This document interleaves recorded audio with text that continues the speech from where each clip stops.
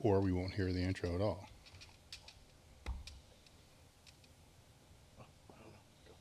Are we live? Okay, so before I get going here, I'm going to check to see if we're live. So if this is on YouTube, right, can people respond back to let me know if they can hear us and if everything's working?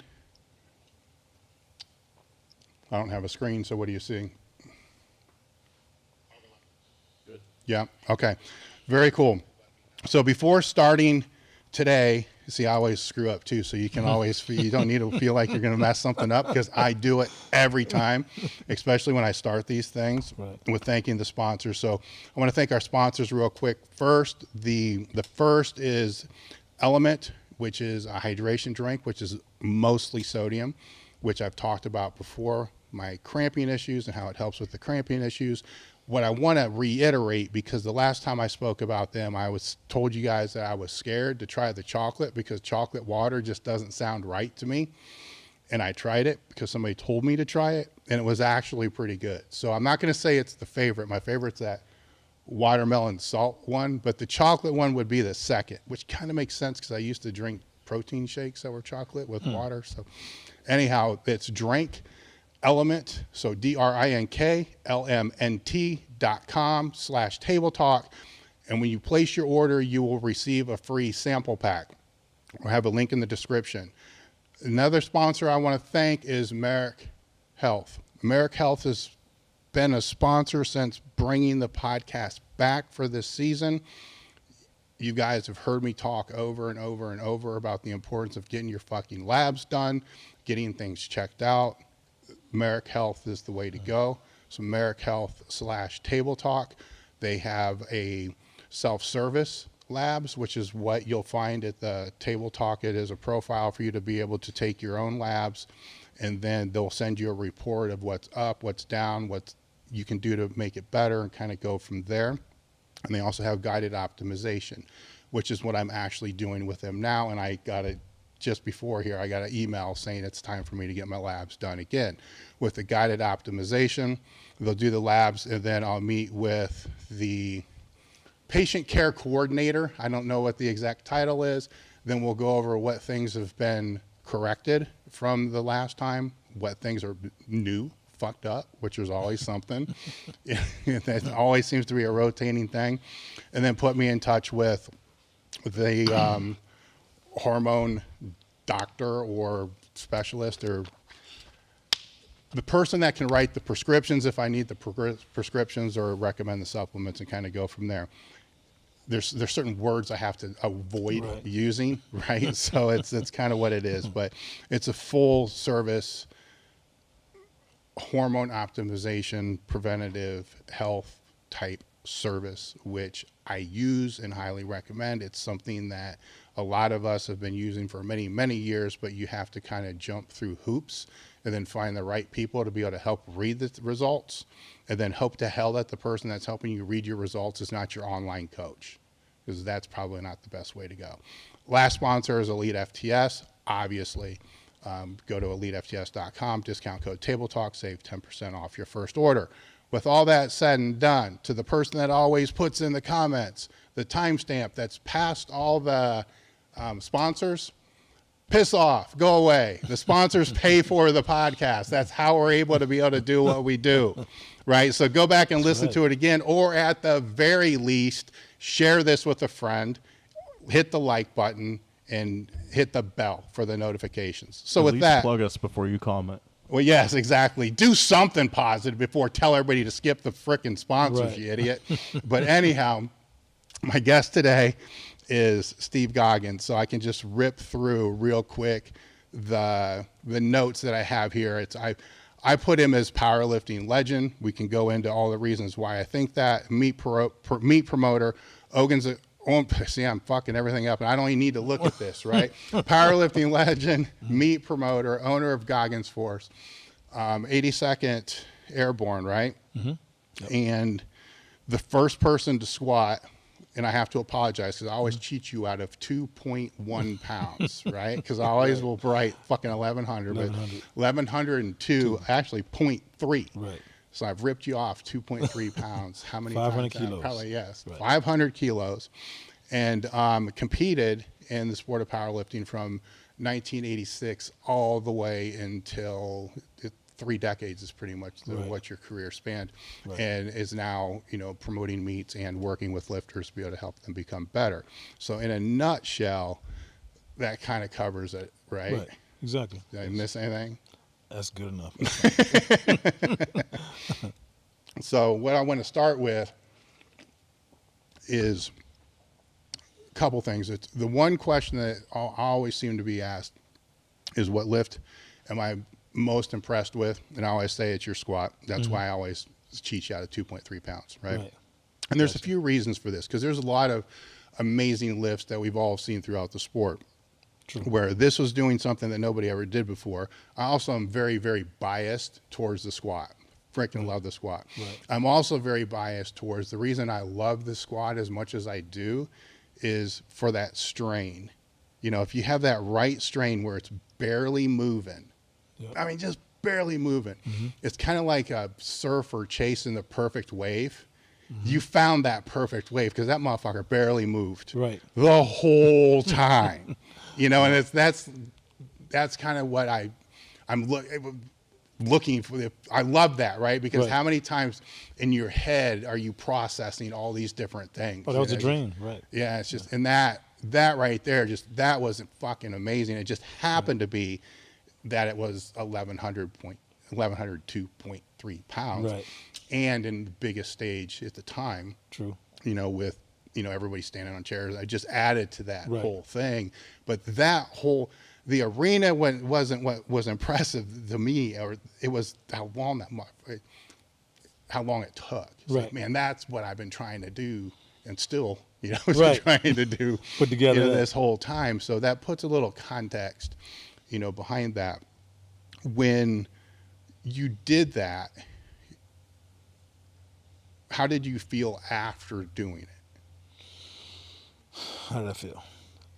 I felt amazing. I felt like I had accomplished probably the biggest goal of my life. And in going into that competition, being there, I felt like I didn't have much pressure. There wasn't much pressure on me. Because I didn't think I had a chance to win the competition, honestly. I felt like I was, because I was competing against Gary Frank and all the other heavyweights. Oh, that's right, because they were yeah, I was clumped in the classes with those guys. Classes. Right. What did they call those? Sections? Because they weren't weight classes, it was divisions. Divisions, yeah. Yes. Yeah. And I felt like that was a little, wasn't done right. But I was cool with it. I was fine with it. I had my mind was made up. So, and I know Brent Mixell wanted to also break the record, but my thing was I had no pressure. So going into it, it was just like, hey, just have a good time. Let's see how it feels. And so I was so loose. I was loose with the crowd. I was loose with everything. My mind was just I was on cloud nine after I hit my opener and my second attempt. Because my second attempt, I broke the Brent Mixell's record, which was 1074, I think. I think I did 1076. And so they asked me what I wanted to go. I was like, 1100 is, because I got what I came for, really, with the 1076. I said, that's gravy. I hadn't ultimately planned on squatting 1100. The goal was to break the record. You always have a record you want to break, first. Then you want to see how everything else goes. I didn't think past the 1076. I always think that first, and then when I got that, then I thought 1102. So when I did it, afterwards, it was so cool because just to do it in that arena, the way everything felt, I mean, the place was crazy. It was absolutely crazy, and I could feel all the energy behind it. And one thing that felt really good is when I finished it was when I came off the platform. You gonna laugh at this. Ed Coyne standing there. Mm-hmm. So this is always my this is the reason why I got motivated. This is the reason why I helped get me out of bed in the morning to because he was the standard at the time. Mm-hmm. So to him to be there and see that was like, yeah, You know what I'm saying? So that felt good. So I felt everything was in the right place. Everything was there. Everything was where I wanted it to be. It was amazing. It was, I couldn't have felt any better. So going to expand a little bit more, going into the meet, the 1076 is what you went for, right? So you said that was the record. It was your personal record or the squat record at the time? That was the squat record. Mike Sell had squatted 1074. Yeah. So he was killing it. He was on a roll. Yeah. He was just blasting through. Before that, I had squatted 1036. I think it was a year before, and I bummed out of the meet down in Florida at the WPO semifinals. Before that, it was 1032, and I know I had power to squat, just as much as anybody in the world. It's just a matter of putting it together, doing it on, finding the right day to do it. So yeah, my personal best before that was 1036. I mean, I trained heavy in training. I think I did 1050, and plus with other stuff with chains and bands and all kind of crazy stuff. But I'd never put that much weight on my back. Yeah. What interests me is how frequently we'll see lifters change what they want to do in the meet throughout the whole training cycle. So it sounds to me like this meet, the whole plan was to go there to hit that number, 1076, and nothing more. Right. So that's now how you're going to get it as a second, as a third. That all plays out how the day feels. Right. So I'm assuming that things felt good in the warm up room. So it's like, look, we'll try this on a second, see what happens, on the third. But you're not thinking about the third. Never. Until that second. Never thought. Wasn't even in my mind. It was opener 1,000.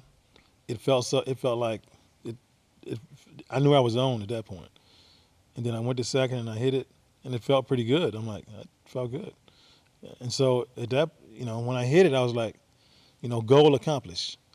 I don't think I can win this competition, but I'm gonna give it all I got. I'm gonna have fun, and I'm gonna just, if I win, they got to screw up somewhere. Somebody's got to miss something. Yeah. You know what I'm saying? Because I'm playing with house money. That's where I saw it. So I'm like, I'm the small one here. These big heavyweights, I can't. I'm saying? I'm not supposed to beat those guys.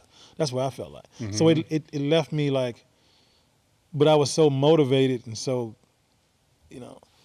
I felt one way I felt like I couldn't beat them because I shouldn't, because they're just a different weight class. But on the other hand, I felt like I was so amped up.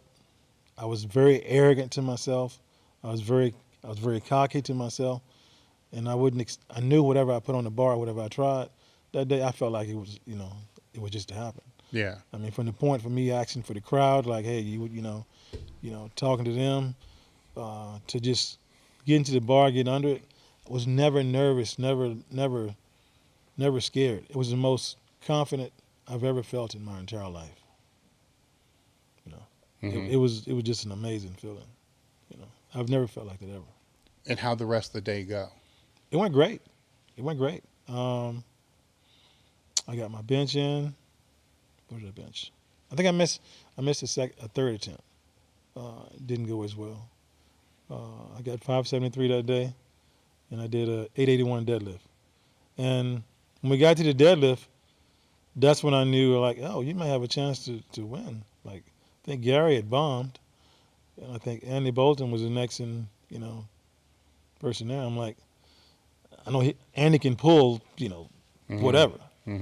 But so be it. They fucked up. Yeah. So how did it end up? It ended up I won because I won the meet. So because I think Andy could have called a little bit more, possibly, and probably could have got a little bit more. But he's a good friend. I love him to death. He's a good friend. But whoever was helping him, they messed up that day. Yeah. Well, there's strategy that goes into this. Yeah. That gets a little more whacked when you're in a division like that. Because now you're not just watching one weight class. You got to watch. Right. Well, there's no coefficient, right? Because it was just straight up weight. Yep. Exactly. Whoever totaled the most. Which is crazy. I'm weighing, I weighed in at 250, 264, 259, something like that. And he weighed in at like 325. And I got to beat him head up. Yeah. So I'm like, shit. Just do the best you can. That's what I was thinking, whatever. So it's literally, there was no pressure. And so they asked me what I wanted on my third. I said, I think I could pull 9, but I don't think I should try that. I think I need to just try to push and just see how far I need to push him. So at 881, I knew it would make him pull something he never pulled before. Which was 930, something like that. And he pulled it, but he needed like 936. And I beat him on body weight because he pulled 931. So it worked out great. It was a amazing feeling. I mean, I remember Herb Glossburner, because they thought when Andy pulled his, they thought he had beat me. Then Herb Glossburner, I love Herb, rest in peace. Herb goes, wait a minute, wait a minute. He stopped everything. Wait a minute. He said, I got Steve is one on body weight. They both got the same total. I'm like, what? Okay. So it was at that point, I was like, oh, and I love Andy and them, but they were so pissed. They were mad as hell. And which I would be too. You know what I'm saying? That's kind of a fuck up, which you don't have much time. You got to that's the thing, strategy in that point, how you working it. That's a tough thing to figure out right there, but they did it the way I would like them to do it. Yeah. Did you pass your second deadlift to wait to see what he did, or did you pull first, second? Oh, I pulled first, second, third. I opened up at I think my opener was 722. I went 722, 821. And then I'm like, okay. Because I wanted to I didn't want to waste any energy. I wanted to warm up to pull whatever rep I needed to pull. So, and the 821 was like a joke. And then when I went 881, I knew it would push him to something he's never done before. So, and that's all I was trying to do. If I could push him to do something he's never done before, and that was it. And if he does that and wins, he wins. He wins, yeah. You can't worry about it after that. Yeah. So it was great. Yeah. So if that was your fondest powerlifting memory, what would be the second lift that comes to your mind? As far as what I thought was all you're competing. All my competing? You're racking my brain. I'm trying to think real quick. Probably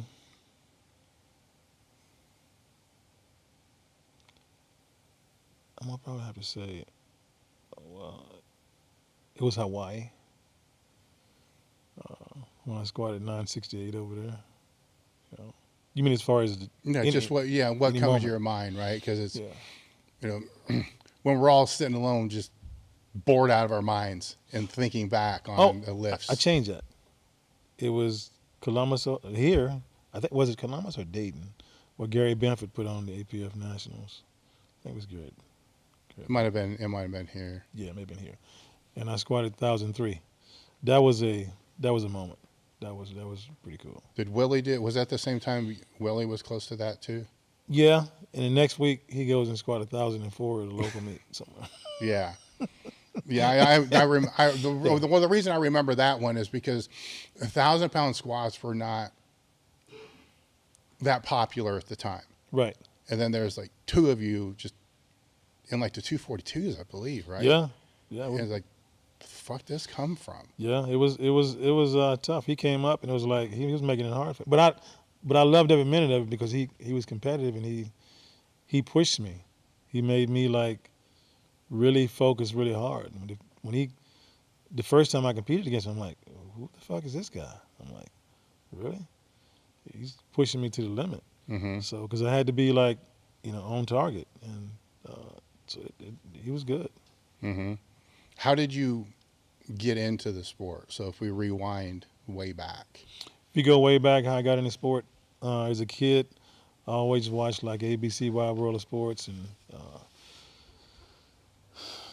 stuff you don't even see no more. The commercials would come on, the agony of defeat, dun dun dun dun, and the thrill of victory. The thrill of victory and the agony of defeat. You remember that shit? Yep. And the guy coming down on the ski slope, whatever. Yeah. They're jumping and he's fucking wrecking and everything. Watching that, and then they would show powerlifting, I think it was Eddie Pingley or whatever, and he was squatting. He had long hair, and he was fucking it's really wild, and that just like made me really like excited. And I always watch, because they always have the fucking bodybuilding on, I got to see Arnold and that shit, and I like that. And I like Franco Columba when he was doing like the refrigerator lifts and all that shit. I like that. I liked football would have the strongest men. All that shit, like, it kind of like, I knew I wanted to do something like that. Mm-hmm. So then I asked my mom. I was like probably 11 years old. I was going to be 12 in December. I said, hey, can I have some weights for Christmas? I can get some weights. She said, no, you can't lift weights. That's bad for you. It stunts your growth. You get hurt. You can't, I'm like, Mom, but I want some weights. And I cried. I kept the action over and over and over. So she finally bought me a set of weights. And I got a 90-pound set of cement weights. Those plastic with the shit. With no tab on. You can add more shit in there. And I took that and I kept adding to it. I'd have 'cause I lived in the country. And there was some old cars and shit. I took some brake drums off of it. I put brake drums on one side, brake drums on the other. I built my own squat rack. Made that shit by the time I was 13, 14. And I started squatting. And so it just started that way. Mm-hmm. And just in advanced and little by little, just wanted to be stronger and stronger. How did you find how competing? How did you figure that? Because you got to think back, right? Because most people couldn't even find Powerlifting USA. So first off, you had to know it existed. True. Right? So somebody had to show it to you, because if you didn't have that, you didn't know where a meet was going to be. I found out that they were doing, after watching that and keeping up with it, I don't remember exactly how I found out that they were having a powerlifting meet in the next city over in Danville, because I lived in Chatham, Virginia. And so they were having powerlifting there. And some of the local guys, I remember it was Ivan Link and Ivan Minner and William Link. They were just my first idols as far as powerlifting, because they were just the only one that really did it. And they were strong as shit. I thought they were both of them, squatted close to 7 or right around there, and they're just really strong. So I went to a meet, a YMCA, and it was a YMCA meet. And I saw them, and that just kind of got me motivated. And I entered one of those competitions. It wasn't even sanctioned. It was before they even had the round, So that's going back before this 86 meet. Oh, yeah. So way back, right? So that adds another 5 years, on your career. Because a lot of my earlier ones were kind of like that. Right. So, in high school, in high school, just trying to just seeing how I fit in, just wanted to be strong, and I wanted to be stronger for football. Yeah, that was my goal, and I ended up liking the sport of powerlifting better than football. So when you came in, it was I laughed, because that's when I came in, about the same time as before the round system, and my weak ass teenage self had to follow myself. Yep. Do you have the same thing? Exactly. Yep, I remember that. That sucks. Yep. It did. So for those that don't know what we're talking about, it's in powerlifting now. You take your first attempt, everybody else takes their first attempt, and second attempts. Right. Back then, the bar was loaded and the weights scaled up, but never went back down. Right. So my first meet, I forget what it is, 400 or 380 opener squat, and 420 and 450. And then the funny part here was Lord Dodd from Westside was after that and did 5. Right. So I'm like, oh fuck, this is She's the sport for me, man. Yeah. And but then it became the bench. You got a little better because my bench was better. Right. But it became a weird thing, and I don't know when that left, because it still may have been happening, because you came in before I did. That change you might have gotten national level before that change, right? I think I did. Well, did I? I don't think so. Because it changed the strategy a lot, man. Because if, say, you're Matt Dimmel at the time and you're the last squatter, you're following yourself. Yeah, it's fucked. You get 3 minutes or whatever it was. So you squat, unwrap, get a drink of water, and you're getting called back up again. Yep. So where did you experience any crap like that? Or I was fortunately part of a club where they strategically knew how to put other lifters, and we'd even enter lifters that weren't lifting in the meet just to time out, to be able to give more break. I remember as soon as I had to compete like that, and I knew it was like that in my next meet, I remember spreading my lifts out Mm-hmm. and trying to go behind, trying to open a little lighter, and then making a bigger jump. Is what I remember doing. Yeah. But I think I did have to follow myself on my second and third attempt. Mm-hmm. So it didn't really help much as far as that way. Yeah. It was not a good way to lift. It was. I'm glad they changed it. No, so am I. Yeah. I mean, I can remember the little things like I never wanted to take 400 because everybody did. Right. So I went 405. Doesn't weightlifting still do that shit? I think so. Yeah, I think so. I'm not 100% sure, but and then when this thing happened, it's like, oh, thank God, you know. Right. But then meets became long as fuck, but they were kind of long anyhow. Right. So when you were doing those meets, did somebody see you and say, hey, come train with us, or did you continue to just train in your garage or basement with cement weights? Yeah. Well, let me see. By that time, I think I was already. I think. Let me see. I went to the military. I joined the Army. Mm-hmm. So, yeah. Because I joined the military because I was going to go to school, but I didn't. Decided to join the Army, went that direction. So I think I was, I'd already joined the military. Mm-hmm. So it was in the military to where your powerlifting started to take off. Yeah. It started to take off, a little bit. I was lifting in North Carolina because once I got stationed at so was it Fort Benning? I'm trying to think. I went to Fort Benning for a little bit. I lifted down there in Georgia. I think I was just getting started there when I went in, because I did the first meet when I was a teenager, Mm-hmm. but after that I kind of waited I did another one, and I waited a little bit. So it's after I joined the service is when I started really getting into it more. Yes. So how do you go from being in the service to running the powerlifting program basically in the service? When it was my second term, because I was in 6 years total. So the second time I joined, they sent me to Fort Hood. And when I went to Fort Hood, they had a coach there. His name was Johnny Lyons, and I forget. And Johnny was the coach of the base, powerlifting team. And they had a powerlifting team, they had a boxing team. It was a athlete's dream to come in the military and you go to Fort Hood.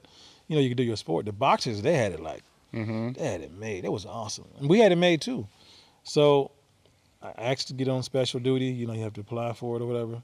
So it just got me on the work. I just go to the gym. Yeah. I go to the gym and I go, train every day. And I would wear my uniform once a week. So eventually Johnny was leaving or whatever, like not long after that. And they seen how serious I was about the sport. And so they asked me if I wanted to take over as coach. I ain't know a fucking thing about Mm-hmm. coaching nobody. But I was very motivated to helping people, and I was always trying to help people get stronger. Mm-hmm. So I probably was fucking them up, but I was doing the best I could. So, Yeah. But I started there and I did that, and they were just like, one thing went to another. And I got better and better at it. And I was coach of the base, and we was going all over Louisiana, Texas, everywhere competing. So for 4 years, your job was essentially just powerlifting coach Mm-hmm. and to become the best lifter that you could. Yep, exactly. Kind of fucking awesome. Oh yeah, right? it was. Yep, exactly. Yep. It was a good time. Mm-hmm. I look back at it, I think I was, sometimes you don't know you're spoiled and know you have it as good as you have it until you look back at it sometimes. Mm-hmm. But I realized I had a great military run. Yeah. Yes. Exactly. I mean, it's a powerlifter's dream, right? Yeah, exactly. So you're not bouncing anywhere. Nope. Exactly. I had a good time. Where did during those 4 years, how did you move up in the sport? Was that where your biggest trajectory change happened? Yeah, it was kind of like meet to meet. It was jumping. Like my numbers would jump.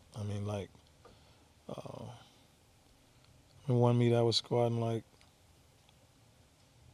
500 and something, and then I just started getting into it more and more, and then it went to 6 something, and it just kept going from there. And then I tried to compete on the Armed Forces team, so I had to be good to be on the All Army team. So I wanted to make that. So I just got really serious about it and just trained really hard. And I made the All Army team. Did a couple of local meets around. I think in 80. No, it was like 88, 89, 87, maybe 86. I'm trying to think. Yeah. I hit 2204 at 220, and that was one of my biggest competitions ever to that point. Mm-hmm. And it just kept going from there. Just kept going.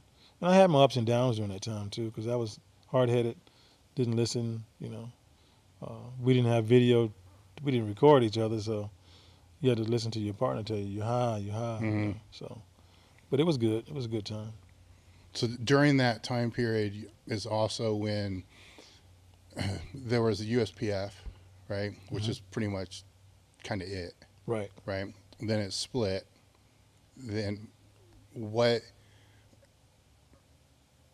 You stayed, right? Because the USPF kind of hung around for a while, because that kind of imploded. I mean, we don't need to get into the politics of federations. We'd be here for days, True. right? And it still happens now. That's true. So it imploded, but then there was the ADFPA, then the APF. Right. And you stayed with the USPF, right? No, I went back and forth between the USPF and the APF. Yes. And and the reason being is because I felt like I got fucked at the Worlds because I went to the IPF Worlds. Mm-hmm. And because I wanted to be a world champion, I wanted to be the IPF. And I still, to this day, I can think about that day when I got fucked in the squat. The video and just knowing I was deep enough and good. And not having, what did I get, like one light or something? But bombing out of that meet made me decide to you know what, instead of, because I'd already been to a couple of the USPF nationals and stuff, and I just didn't feel like, I felt like the way they were judging, the way they were doing things, it was taking away my happiness from the sport. It was messing with me to where, you couldn't enjoy the sport the way I wanted to. As hard as I tried and hard as I work, I couldn't get to where some things just wasn't working. Not that I wanted it easy, because I didn't mind working, but I just felt sometimes for no rhyme or reason, they just fucking, Yeah. It's just no different than, it's always been that way. And I said, fuck that, I'm going to APF. I'm just go lay the cards on the table, see how it goes, and just I don't want my career ridden by these fuckers who just can take it away from you, take a lift away from you just because. Mm-hmm. You know what I mean? And that's what I felt the IPF would do a lot of times. And it was just it kind of turned me, it kind of gave me a bad taste in my mouth. So I started doing APF meets and doing that. And I would occasionally go back and forth, depending on, the competition, whatever. But I really enjoyed myself, competing. And judging's hard everywhere. Mm-hmm. It's not that I'm trying to run away from something, but just the fact of the way that the IPF could be. It's just like we're bigger than you. It's not about you, the lifter. It's about us, the IPF. So shit like that. When an organization tries to make themselves bigger than a lifter, and I think they go in the wrong direction. Then. Mm-hmm. Well, obviously, because a whole another federation formed. Yeah, exactly. Essentially because of shit like that. Right, exactly. And so it was just it just wasn't what I wanted to, and I'm glad I didn't. I'm so glad I went the route I did. I'm happy about everything that happened. I'm good. It probably extended the career, right? Mm-hmm. Because how many more years of frustration are you going to deal with that crap? Right. Even if one's good here and there. Yeah, you end up quitting. Right. And I think that was what happens to a lot of them. Yep, they do. And today's world's a little different. They just start new federations. That's why we got right, exactly 25 federations. So, I think it was necessary to have the competition, for federations, but it set a fucked up precedent. Right. For future of what we see happening. I agree. Now, right. not to go off on a tangent because most people listening to this probably don't compete, but to put it out there, find meet directors that run good meets and do their meets. Don't even worry about what fucking federation they're in. I agree. A good meet director will always put on a good meet. I agree. Let them deal Right. with the federation bullshit. Right. The lifters don't have to deal with that. Don't have to deal with that. Get in, compete. If you love competing, just, hey, find somewhere good to compete. Mm-hmm. With looking back on the it's weird because you got the upcoming years, then you have the hanging on years, right? So it's like a weird space. So in those prime time, the question I always hate to ask, because I hate answering it when people ask me, is what would you have done differently? But that's not really the question that I'm asking, is because you would say I wouldn't have done anything differently, right? And none of us would have, right? Because but if I had to, right? Ignorance, right? Because we didn't know. Like we've all learned things since then. Right. You know, so based upon the things that you've learned since then, what would be some of the things that you would have changed during the prime time? Not the up, you know, not the hanging on. Because you don't even know the hanging on years or the hanging on years until you're done. That's true. That's true. And you mean what would be some I changed during the time that I'm, you know, early years? Yeah. Not the easy years. Right. There's, I don't want to say that's easy, right? I don't want people to misunderstand. You still have to be consistent, show up, train. But you get into the sport, there's this nice little start curve. Right. Then it kind of gets a little hard, right? During that time period. If I had to change anything during those times, I wish I'd had a coach. I wish I'd had somebody to help me go through what I was going through. Somebody else that looked at me and said, hey, we need, we could do this together, to where he could help me, guide me more. Because I did everything on my own. I didn't have anybody. So any decisions I made, it's tough. None of us had coaches back then. We always just lift, what I'm saying? So if I'd have had somebody that I looked up to, to listen to help me, I think I could have been better. In what way? I mean, with the coach, in what ways? Just because there's mental aspects, physical aspects, technical aspects, or just all aspects? I'm going to go, technical, I just got a fucked up way I lifted. So I don't think it was changeable. Yeah. And I think I proved that. But in the way of trying to, help me, guide me in different directions, maybe show me different things that maybe I needed to do, different exercise, different training methods, different things. Because I kind of learned everything on my own and kind of and it worked, don't get me wrong. Maybe a coach could help me, we could have worked together on things. Sometimes I think having somebody else to collaborate with is not necessarily a bad thing. Would you have listened though? I don't know.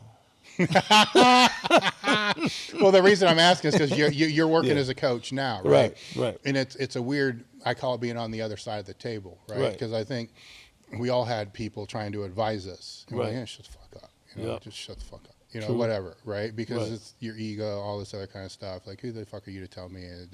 True. And but now we're that person. Mm-hmm. But we know what it's like to be that person. Right. So how do you try to break through with these guys to be able to have that communication? You just have to be. I'm blatantly honest with people. If any, that's probably the one thing people will tell you about me is I'm pretty honest to people about how I feel about certain things or what they need to do or change or if something's gonna work. And sometimes it gets me in trouble. I guess people don't like to hear fucking the truth, but I don't have time to and I'm came from an athlete. I came from when I played high school football, a coach did when he told me to do something, how he showed me how to do it. Not that I need to be like this. Mm-hmm. He showed me how to do a shiver, like a head shiver. Your hands, two hands, and you. How to I think I was a linebacker. Look, this is what you need to do, and he shivered the shit out of me in my face mask. And then he took both his fists and he hit me in the stomach. Mm-hmm. Like, it's hard as fuck. This is what you do. This is what you need to do. So anything needed to be learned, it was, it wasn't easy, and he was blatantly honest. And they were like, always, it was pretty tough. And I'm like, oh, okay, all right, Yeah, but you did it right after that. I did it right after that. You know what I'm saying? So, not that I talk to people in any kind of way. It's just I try to be honest to people, and sometimes it's hard breaking through to some people until they trust you. When you're trying to coach somebody, you have to have that trust, and they have to like believe in. Other words, if you come to a coach, you got to believe that this person can help you. You can't have them come to you and they think that they can do some of what they want and some of what you want. Yeah. Or believe, you know what I'm saying? Because you got a total different look. This is where it's gonna be. I'm gonna help you with this, and I'm gonna show you. I'm gonna guide you through this, and I'm gonna help you learn the way I think you will benefit you.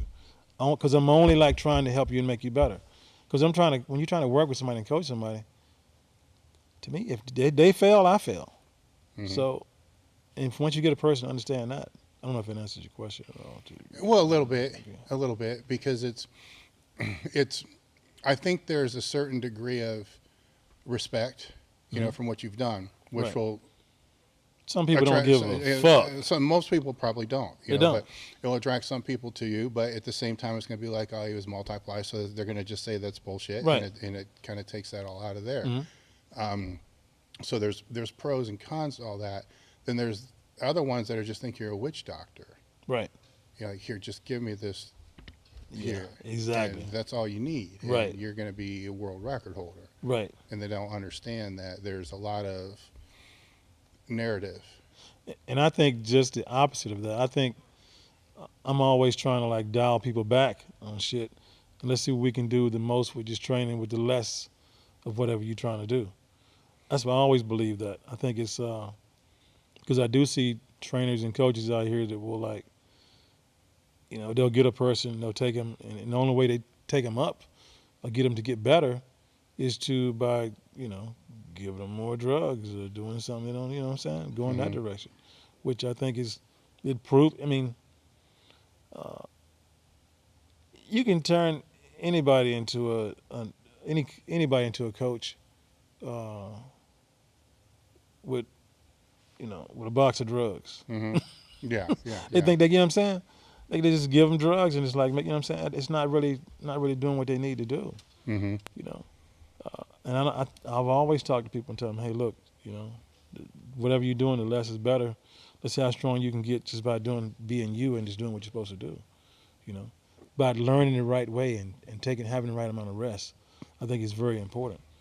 Of course, whichever division you decide to compete in, you should, if you want to make the most out of it, Yeah. Well, what we were talking about plays a little bit of what we were talking about before we sat down, and that was different people's interpretation of what hard work or what effort is, Right. and on it, say it's an RIR, RP, whatever those scales are, right? So there's multiple scales. I think that's kind of what we were concluding back there. Is Yep.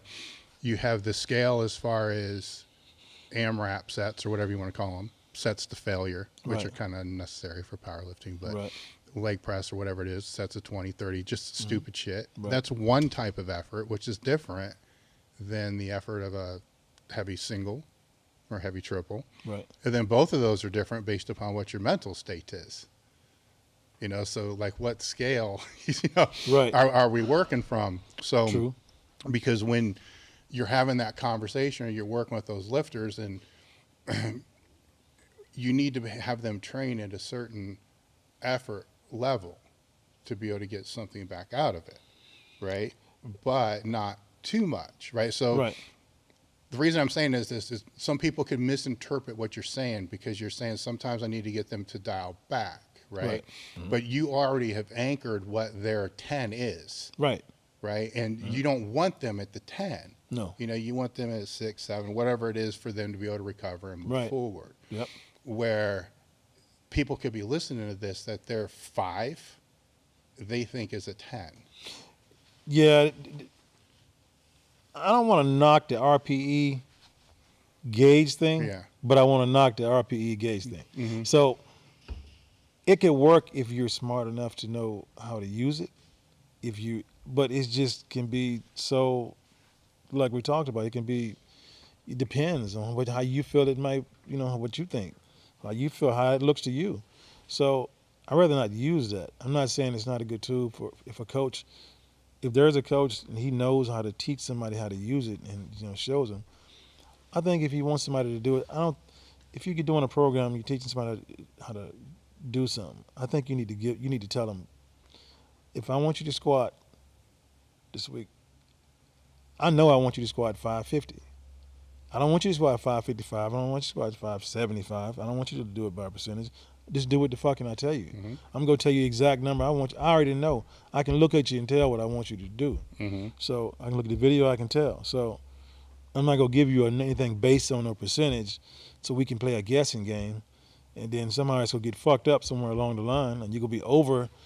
It may be 3-4 weeks into the cycle. You may either be behind or way ahead than you need to be. Yes. And you're fucking up the cycle. So I'm taking full responsibility, and I'm telling you every fucking weight you need to go. I don't need to I think it's an easy. Sorry, y'all, don't get mad.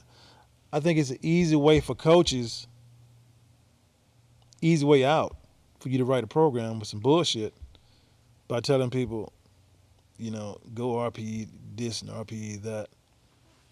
No, you need to tell them the exact.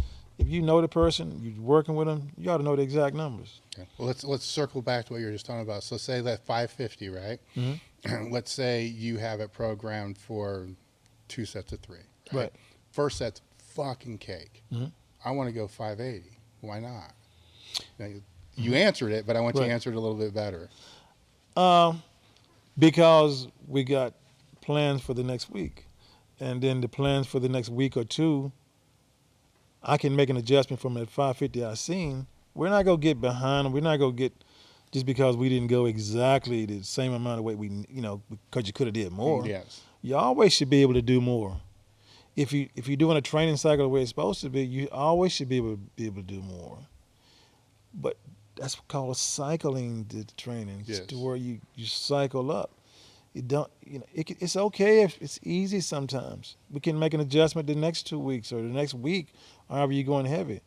And people think that, well, that's too easy. He got me going too easy. It's not about now. It's at the end of the fucking cycle when we get ready to peak out. Yes. When we get ready to max, at the meet. It's where you at go be that day and where you getting to. And you're not wasting a workout because you're doing so much other work during that workout that you go get a hell of a lot of work done.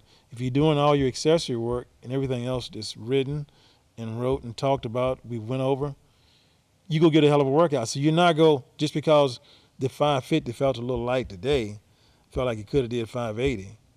In a couple of weeks, then we'll go to 575 or 580 or whatever, and then still planning on what we got to do the next time. Because I'm always telling my guys, they'll tell you, I'm always telling them, they always go, I think I can go up a little bit more. Okay, so what we doing next week? What you gonna do the week after that? What the fuck you gonna do then? Like, are you thinking about the next time? Or are you thinking about what you thinking about? You know what I'm saying? That's my thing. That's always my thing. No, it's very easy to dial back if you're ahead. Right. It's very hard to catch up. Right. Right. So, did I say that the right way? I don't know if I said that Catch the up? right way. If in other words, if things are too easy, it's very hard. I mean, it's very easy to make the correction to go forward. But Yes. if you overreach and you're behind and you start missing numbers, you're fucked. Overpeak. You're fucked. Right. I mean, 3 months out, you can make some corrections. It's kind of like starting a training cycle heavier, like 100 pounds heavier than you should. Yeah. Right. And then you see that all the time. Yeah. So now on your first week of triples, you're getting singles. Right. Well, you're fucked. You're fucked. That's true. It's so that's what I think happens when they go out of plan like that. Right. Is they put themselves in a position to where they're going to have to. You're fucked. I mean, they're going to overreach and they're screwed. And I was kind of fucked up and out before the WPO time came. But a couple things that I saw with all you guys during that time period, being enough out of it, but still kind of training and be in it to see radical changes in training were kind of what you're talking about here, you know, if it may not have particularly been you, but I can remember Paul Childress, I can remember Mark Bartley, I can remember all these other people saying, you know what, my training right now, it's too good. I'm almost too far ahead right now. Right. I need to slow down. Not pick up. I need to Right. slow down. Right. Because I'm too strong right now for where I am in this training cycle. Right. I need to slow the fuck down or I'm Yep. going to get hurt. That's true. Because I think what y'all realized during that time, because it forced everybody together, is the person who's going to win isn't going to be the strongest. It's going to be the healthiest. Who's ready that day? Who's healthiest. Yep. Who's not. The least fucked up person Yep. is That's usually true. going to be the one that's going to win. And y'all kind of realized if I feels good and I go more, like what we're talking about, Right. maybe my back's going to be jacked. They're not seeing what's going to happen Right. 5 weeks later. Yep. When you go into the meet, when you limp into the meet. Exactly. You can't. And there's a lot of people who just love to. I mean, I love to hit numbers in training too. But when you're training for a meet and you're training for something, you got to be disciplined. You got to be disciplined. Not disciplined enough. You got to be disciplined to not let your ego, because you happen to be strong, take you to go heavier. And I always tell my people this. I'm like, don't worry about what you can do right now. Let's just work. We were thinking about the meet.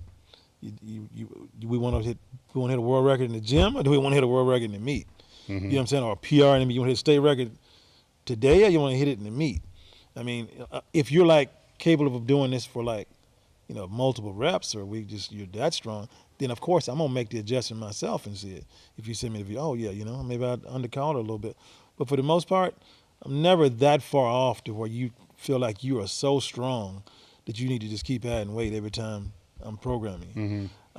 I'm gonna go get in your shit because you're not gonna want to try. I mean, if somebody does that, it's just so annoying, you know, to do that, because you gotta have that person trust. And usually after a couple cycles, what happens is, by the time you've done it 2 or 3 cycles with you, they're like, okay, you're right, you know. Mm-hmm. Like, even guys in the gym, I've like let them like, come on, coach, I'm gonna go a little bit more. I'm gonna go a little more. I go, all right, go ahead. Mm-hmm. If you miss it, don't ever fucking ask me again. You know what I'm saying? Yeah. You know what I'm saying? You better know what, you know what I'm saying? Mm-hmm. And if it fucks up the cycle, you know, because I mean, ultimately it's theirs. I mean, they got to make the decision. I'm just making the suggestion. What I think. Yeah. You know, I'm never gonna tell nobody, no, you can't do it, because it's their shit. Yeah. Right. Now, I've heard you talk about, you know, the recovery and how you cycle deadlift variants, you know, Mm-hmm. from deficit pulls into pin pulls. Mm-hmm. But they've been short conversations or Instagram, you know, Right. 1 minute clips. Right.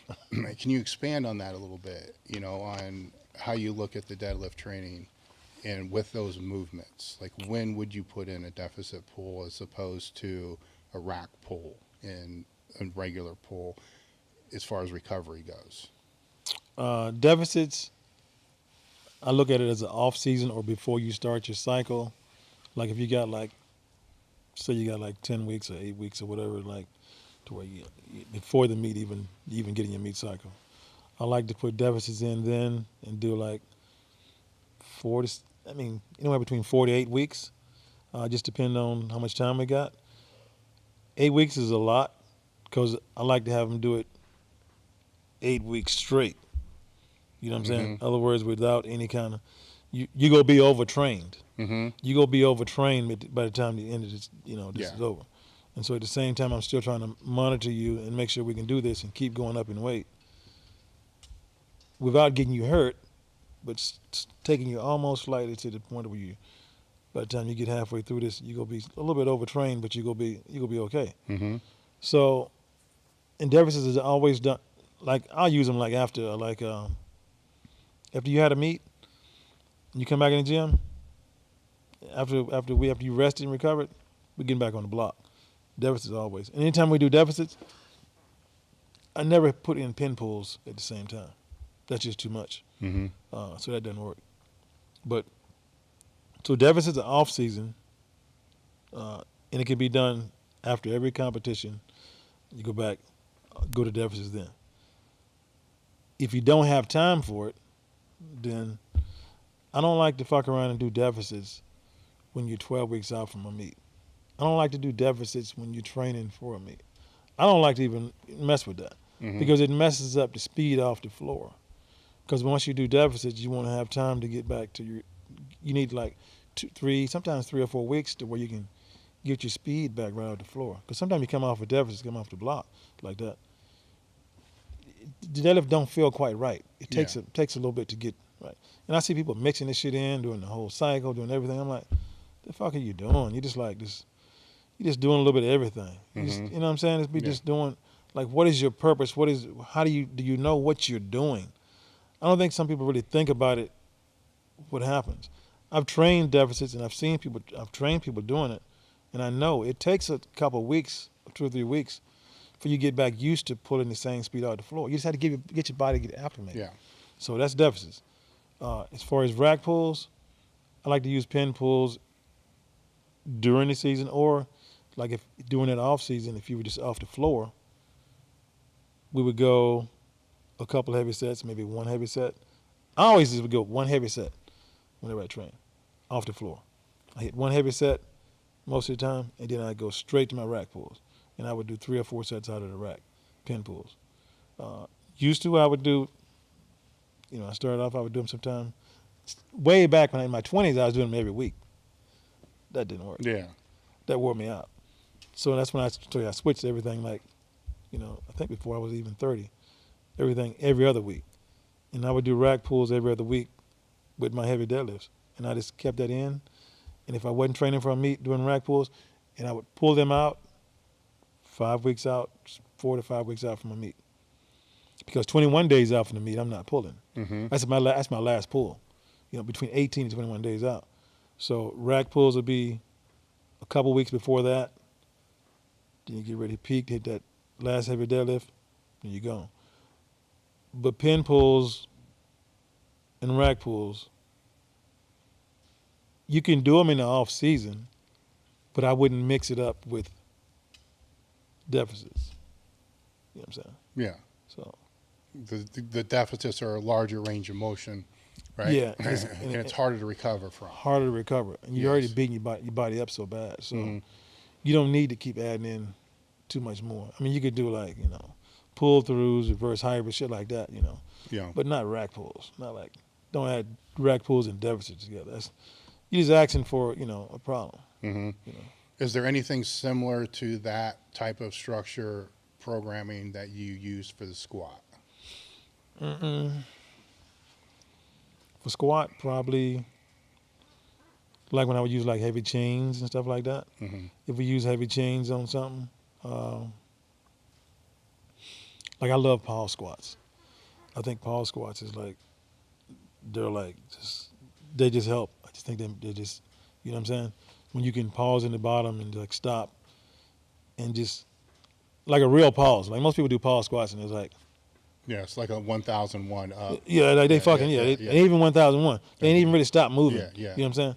It's like a 1001, 1002. We're like, Got it. We like, I call them. So I think that's kind of a tough movement. So I don't like to do pause squats in the off season with like doing chain squats and all that shit. Because when we do that, using chains and bands, that's a little tougher on you. That's hard on you. And I think sometimes it's harder to recover from some of that stuff if you try to do too much heavy other stuff with it. So just certain exercises you try not to put with certain things. Because if we're doing heavy chains and heavy bands, then I'm not going to do any other squat exercises. Then when would the last heavy squat be? If last heavy deadlift is 21 days, is 14?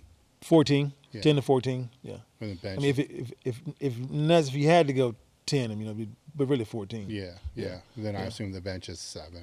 Yeah, 7 days out. You know what I'm saying? Just with 7 days out with cutting out a lot of the accessories.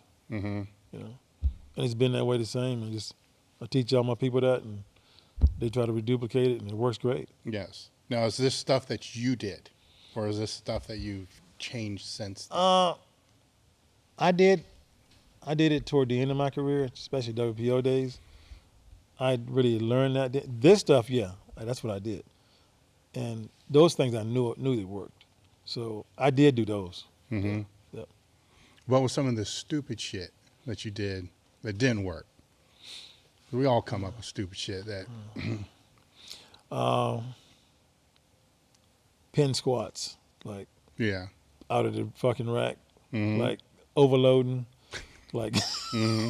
taking the bar out of the rack, trying to squat down about 3 inches or something. Mm-hmm. That shit didn't work. Yeah. It's made me beat me up. It's Mm-hmm. like, and you trying to like do it with a regular straight bar and you doing that shit. That's some of the dumbest shit I think I used to do. What are some of the other things that your guys will come to you and say it's an idea, right? They come to you and your direct response is, "Oh, hell no." I know you. This is happening frequently. It ain't too much today. I don't really get challenged too much on stuff no more. But I had this one person, they would challenge me on some stuff. I shouldn't say stupid. Mm-hmm. What would it be?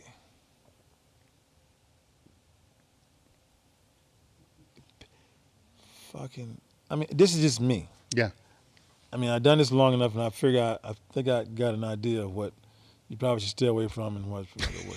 So, I just don't think doing fucking going down and doing just me. I don't think going down and doing pin squats, like pausing on the fucking pin at the bottom, and doing it when we got all this other shit we're doing for deadlifts and all the other stuff, is go overload your back. You trying to go down and pause on the fucking pin, and then re-gauge the weight and come back up with it. I just think you actually beat your fucking shoulders, your back. You just like trying to kill yourself, and trying to do it on a weekly basis. So I think shit like that. I think that's stupid. Yeah. I don't, it sounds cool, but I just don't think it's something you can. I think it's something you have to do like, I don't know, every 3 weeks or something. So stuff like that. Let me say, there are just some stuff I just don't think is worth doing. Like, don't replace like some of the stuff that I would do. And I'd probably piss people off if I name some. I don't want to go too much. Like I'm not a believer in fucking pulling the bar up, stopping, and pausing, then pulling it back up. It's fucking. I'm not. No, I'll make it a little bit easier for you. That shit drives me fucking nuts, right? It's So stupid, yeah. maybe some people think it works, but I see this as you're teaching yourself to stop halfway through the lift. What the fuck are you doing? Yeah, like you're supposed to teach yourself to pull before. And I don't. You want to do something? Put it on a fucking pin and start from that position. Yeah. Yeah. You know what I'm saying? And then do it consistently for 6 to 8 weeks or something. And then, if you need to do it every, have a plan. Yes. But just doing pause deadlifts with 315 and 4 or 5 when you can pull 800 or you can pull, Yeah. Well, the other problem I have with it is it may, like I said, it may work very well for some people. But if you watch those people do it's going to work, yeah. If you watch those people do that, when they pause, they're still in the same posture they would be in when they deadlift. Now, the people that are doing this because they're programmed to do it or told to do it, right, when they pause, that ain't anything like what they look like when they deadlift in that same posture. Not at all. So it's not even specific to where it is. Timing wise, I mean, for a lot of reasons. You know what's funny? We've never talked about pause deadlifts. We've never had a conversation about pause deadlifts. Yeah. And you happen to be on the same level as I am about that shit. Yes. You know what I'm saying? Well, you got to look at all these little things drive me fucking crazy sometimes, right?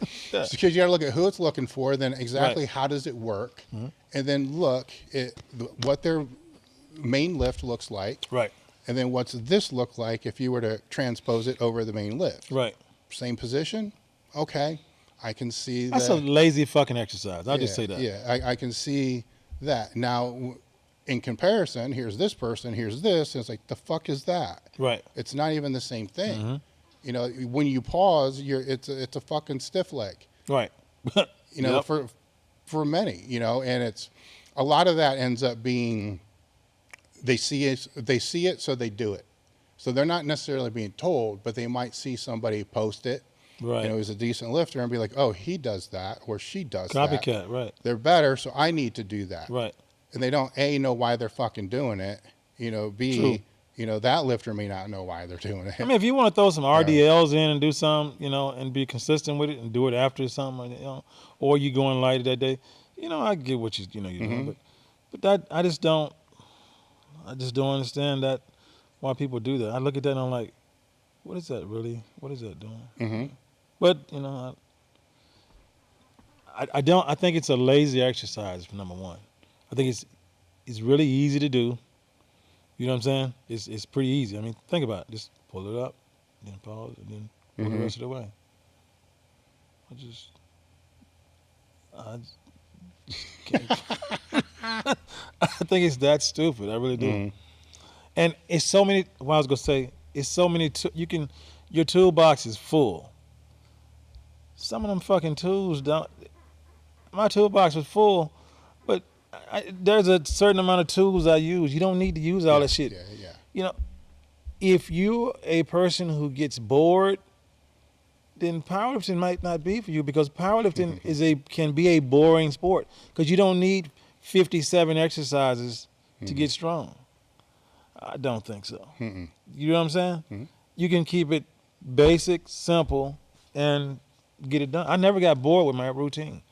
The same routine for years and years and years. Mm-hmm. And I loved it every moment. Every time I go in the gym, I didn't mind doing it. I go, boom, I know I'm going to do this, boom, I know I'm going to do this. And I was happy every time. And exciting. It felt good. Or I would change it up the next cycle because I'm going to do, such and such. This is an off season. Mm-hmm. I always know what it's going to look like. I always know what it's going to help, And that's what worked. But nowadays, I'm like, you got to do all these exercises. You see everybody else doing it on YouTube or on Instagram, We didn't see people doing shit, so we didn't. You know what I'm saying? Yeah, I think there's definitely different schools, thought. So, if you got Conjugate, you get a lot of different special exercises, which is what that is, and then there's, other block type periodization, which is what that is, and there's a lot of mismatching. Right, to where when I sat down with Ed, I swear to God, he might have done 8 exercises over 20 fucking years. Thank you. And it's like, okay, thank you. You know so what I'm saying? Yeah, you're the same way. So right. you are very fucking naive, and this is coming from Conjugate background person, to not look and understand why that worked. Right. And then try to look into the nuance of whatever those special exercises are, like we just talked about with the pause deadlift. Right. Is it even necessary? Right. Right. Then if it is necessary for whatever reason, is it going to fit and have the correspondence the way that it's being done? Right. Most times, no. And the reason it's no is because the motherfuckers don't know how to do the 8 basic movements right in the first place. Facts. So if they learn how, and I think maybe that's where some of the stuff with Louis gets a little lost, is a lot of the people coming to him knew the 8 basic exercises really fucking well when they came in. Right. So it's easy to sprinkle, other stuff over top, True. because of all that. But a lot of the people need to focus on and I'm just saying 8, I just made that up out of fucking nowhere, right? But I mean, basic shit, squat, bench, deadlift, bent over row, stiff legs, RDLs, basic shit, that when people can't do those right, but then they want to do whack stupid shit. Louis was a genius, and because stuff that he taught and did, like I had my toolbox was here, and then when I start, look at some of the things I'm gonna do some of that. Oh, you could do. Oh, I'm gonna do some. I added in so many different things that Louis taught, and I was still a different type of. I didn't train that way, and so those tools were like very valuable to teachers. I mean, even down to doing band pull aparts and rotator cuff movements. I mean, shit like that to save my shoulders and save, you know what I'm saying? To like, don't know how big that is in a career when you like, you find something. I didn't know what to do for shit like that. It's little stuff he taught. Oh yeah, all the little accessory stuff. That's not Yeah. really what we're talking about. We're talking about Exactly, the main, right, true. We're talking We about flipping the main things for True. other things that I just aren't had to- main yeah, thought of- things. right. Yeah, I know, which is- exactly. That went off the hinge that time. Yeah, which is a completely different thing. Completely. Because there's the whole other side to where all you ever do is just squat, bench, deadlift. And I Right. think that's fucked up too. Yeah. You know, so there's got to be some variance in there. Even with a squat, even if the only thing you have is a squat bar, and, you know, rack the squat up, you can still do different things with it. You can, you know, you got a bench. You can do different things. Close grip. You can do, you know, different stuff. You can do pause squats off the squat. You can do good mornings. You know, there's always, even if you don't have a lot of, you know, stuff in the gym, you know, there's stuff to do off of it. You know, and some of the basic stuff that I would do. Is a meat promoter now, and you just put on a giant meet, which was, I said like 400 lifters, and you corrected me at like what, 800. It's like 800, yeah. 800 or something like that. Yeah. And you've seen a lot of people get under the bar at one given time, you know, of this generation. Right.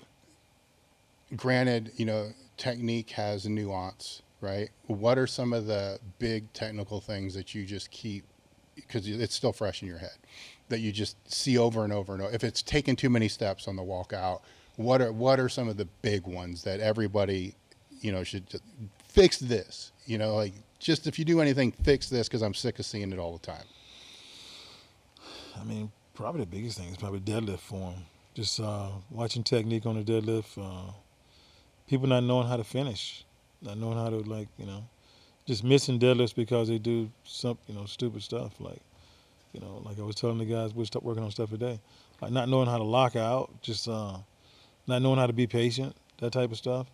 Elaborate. What do you mean being patient? When they're pulling, the weight's going, it's moving, but then they try to like pull it faster than they need to.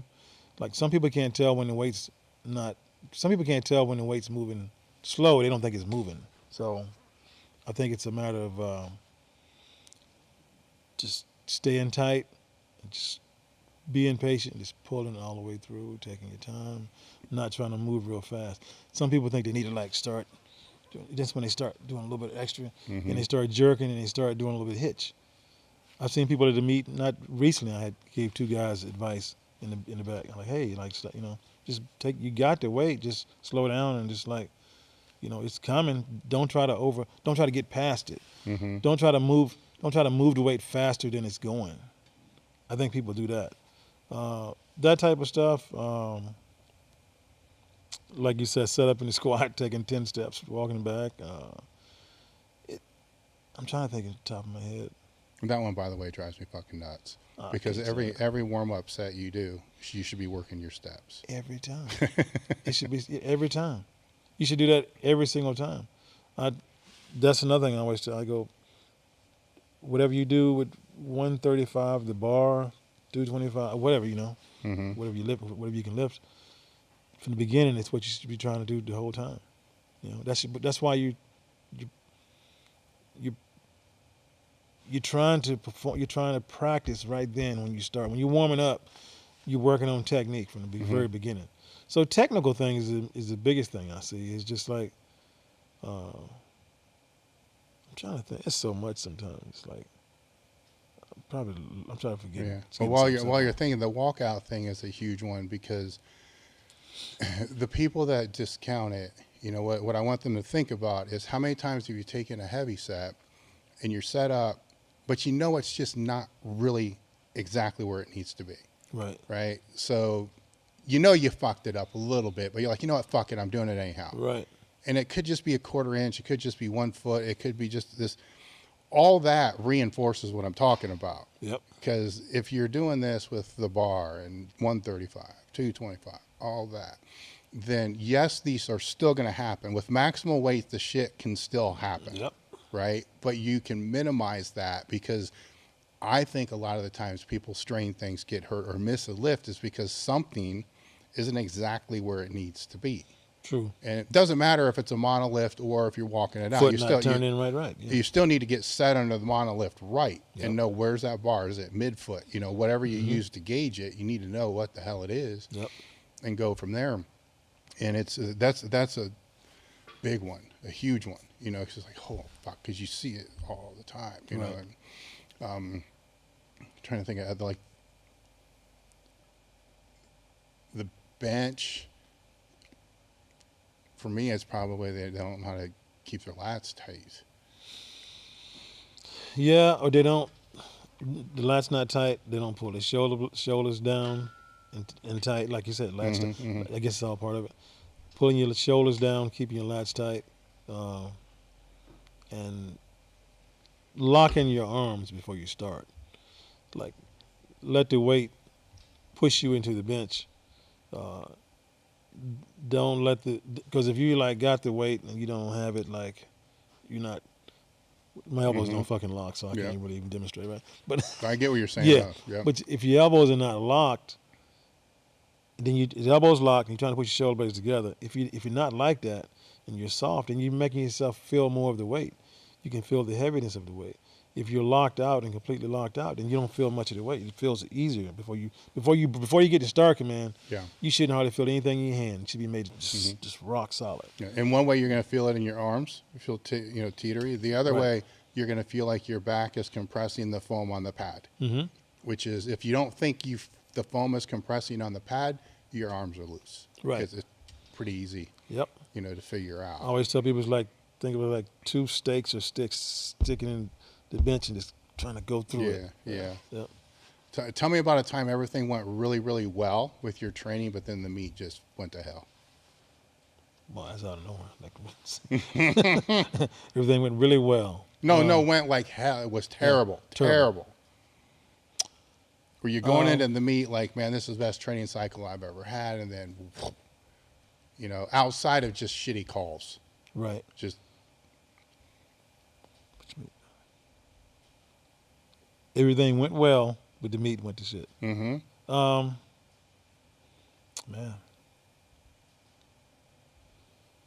That's a good one. I know it's I've had quite a few like that. I don't know if I did. I'm trying to be honest. I don't remember having too many other than me not getting depth or not getting. What about the flip side though? What about the training didn't go as you thought, but the meet far surpassed it? Training didn't go as I thought. I've had that before. A few times. I think when I squatted 975 when was the first time, training went like shit. I think I hadn't even squatted. No, actually, when I squatted 1032, my squat training didn't go real well till I didn't even squat what I opened with. And I just felt at the end, I felt like, fuck it, I got big competition. I got to be ready for this. So I remember that meet. At any point for that meet, did you think of just bailing on the meet because the training wasn't for shit?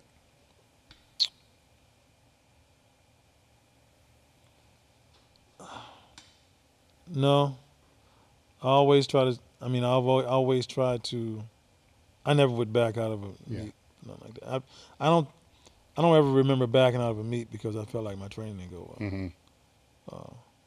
I've always felt like sometimes with the 2 weeks rest or a week rest or something, that I'll recover and be okay. Yeah. That's what I always thought. And most of the time I was.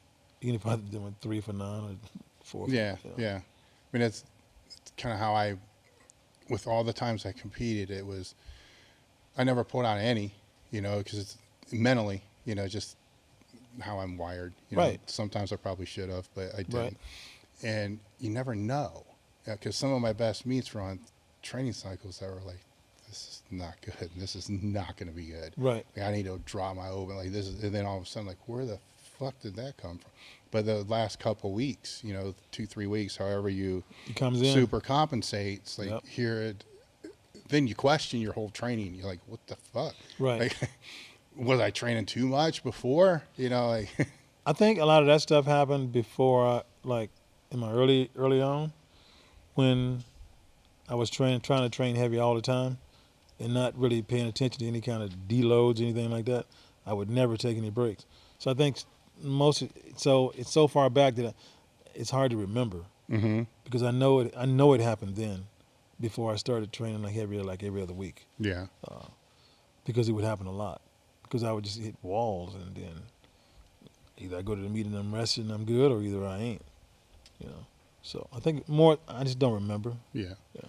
So there's, outside of the normal training injuries, pulls, strains that everybody gets. A lot of people lie, but everybody has that. Right. At what point did things start to begin to be fucked up? Right? Because there's a difference between strains and pulls. Like to me, there's a difference between being hurt, injured, and fucked up. Right? So at what point did you start to get into that things are fucked up phase? Were you still competing, or was that after you were done competing? As far as physical, Joints, yeah. that stuff, no, I didn't get any of that stuff until I was done. Yeah. I thought my knees were like great even when I was done.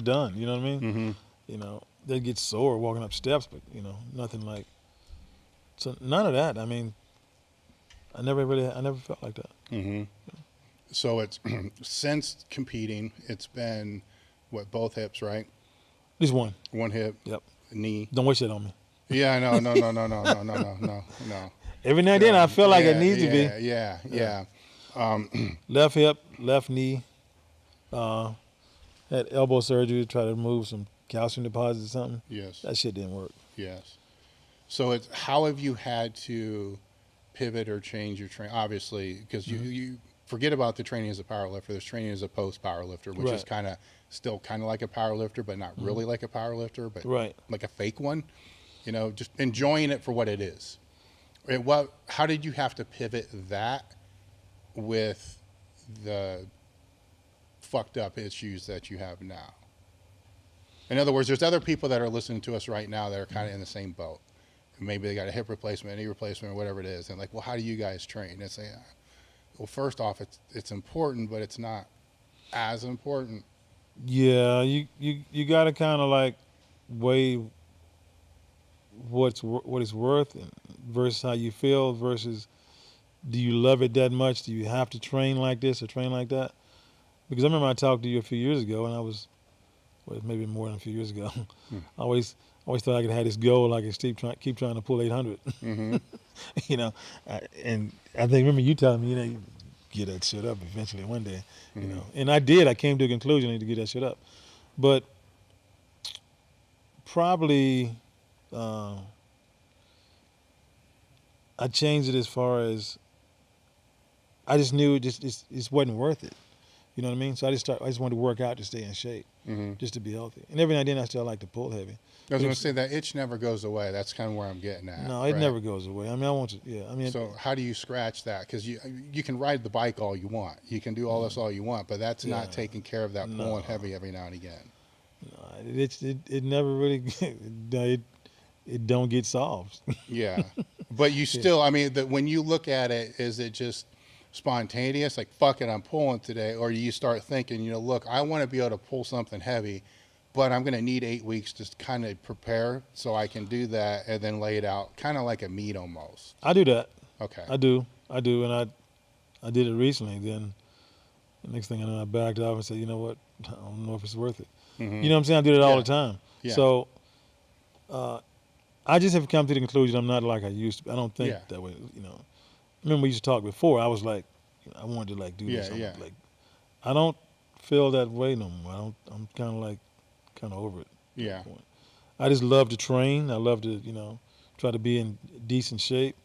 Do something else. I don't want to do that shit like that anymore. That shit hurts. I'm just being honest. Yeah. I mean, I love powerlifting. You know what? I'm not even saying it's powerlifting, though. I'm saying it may end up just being someday you're like, fuck it, I want to do this 700-pound rack pull because you want that strain. You're still seeking that, or is that just like... Shit, I ain't got to go 700 to strain. Well, you get what I'm saying. Yeah, I know what you mean, just for that. Right. It doesn't have to be that. It's just, I don't know if that ever goes away. Or maybe I'm just trying to validate it. On my own it doesn't, because as I'm saying this, and I'll still think, I wonder what it would take to put together a cycle. I could, probably pull 800 again. Yeah.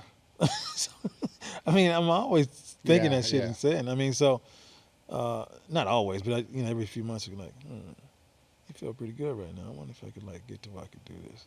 Like, you forget what you've already went through, and you've tried to do it before.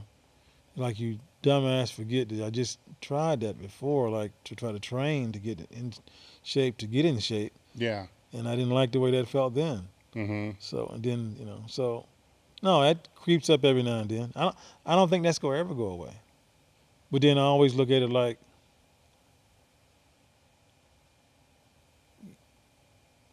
you never gonna be what you was, so it's never gonna be that way. And then, but it's not even, like you say, it's not even that no more, because when you've done things, you can be happy just doing it. As long as I can just do some of it and feel good about it and be successful, it's okay. But no, I think I'm past it because of probably because of the last knee surgery. So they fucked up my knee so bad. I'm like, I can't even bend it like I want to. So I can't really feel like I need to do some of the goals I would have in my head. I need to be able to do certain things to be able to do this. I need to be able to do this to do that. And so if you can't do some of those things, then you can't, get to the point to do the other things I need to do to reach the goal. Yeah. So. And being around it, let me reframe. Being around the best part of it, right? The best part of it being probably these guys training with you in your basement, right? Your gym. Right. That's the best part of it, right? Yes. It's not the meats. It's not putting that all as crap. Right. That's still being around the broad spectrum of it, but I'm pretty sure you could probably do without all that, right? All of what? The meats and that broad spectrum crap, Right. the internet, the federate, all that kind of crap. But that core, group, that you're trying to help get stronger, that you're kind of a part of that, talking shit and all that other kind of stuff. Yep. That's what it's all about. That's my favorite part. I can live the rest of my life through these guys and have a great time. That feels as good to me to help them reach their goals than the same way. I'm serious when I say this. The same way as when I was feeling good about myself. To have somebody else do great and hit some of the numbers they want to do and be successful is like a great feeling. It's like, feel like you're on the stage with them. You know what I mean? So it's good to be able to share that and do that. Because, I mean, that feels good. That's good enough to me. You know what I mean? I don't have to. I've already done mine. I'm good. I'm fine. I'm good. I think I finally got to that point. Even though, like you say, every now and then, the stupid thought still comes in my head. Yeah. What it'd be like, Because I remember at one point I thought I was like fucking invincible. Yes. You thought that before. Yeah. Well, it's interesting because, we've shared several task messages over the years, a bunch of them about some serious shit, some not so serious shit, but whatever it's going to be. But, I had a bout with AFib and I messaged you, right? Because I knew, because we had talked about it before. And, it's kind of scary if you don't know what the fuck's going on, and I remember asking, I forget what it was, because it was before our first cardio version I was going to have. And it was like, how many cardio versions? It's like 42. I mean, it was like some fucking ridiculous number. Wasn't that many? It was It's like I'm like I'm like freaking out over here. Like, geez, whatever, man. I get them like every other week.